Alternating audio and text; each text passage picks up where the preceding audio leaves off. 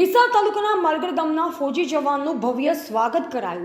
ડીસા તાલુકાના માલગઢ ગામના જવાન સાંખલા મયંક જયરામભાઈ ભારતીય સેનાની તાલીમ પૂર્ણ કરી ઘરે પરત ફરતા પરિવારજન અને ગ્રામ લોકોએ ફૌજીનું ભવ્ય સ્વાગત કર્યું।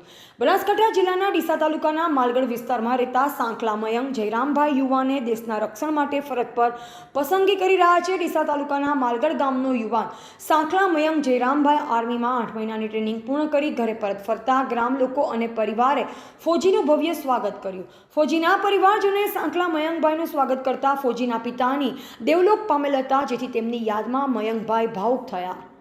ફૌજીના પરિવાર અને ગ્રામ લોકોએ માલગઢ ભૈરવ ટેકરી ખાતે ફૌજીને કુમકુમ તિલક કરી હાર પહેરાવી ભવ્ય સ્વાગત કર્યું અને ફૌજીનું ભૈરવ ટેકરીથી ઘર સુધી વરઘોડો કાઢવામાં આવ્યો।